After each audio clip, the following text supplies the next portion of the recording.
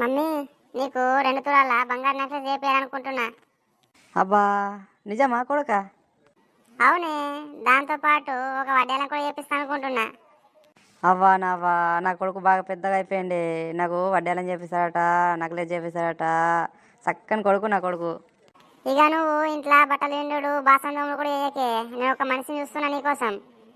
అవ్వా, నన్ను నా కొడుకు అర్థం చేసుకున్నట్టు ఓ చేసుకోడు. అవ కొడుక, ఏడ జాబ్ వచ్చిందిరా? ఎంత జీతం? జాబ్ కాదే అవ్వా, నేను ఒక అమ్మాయిని చూసిన, లగ్గం చేసుకున్నాను అనుకో 50 లక్షల కట్నం ఇస్తాడు. దాంతో నీకు బంగారం కొనిస్తా.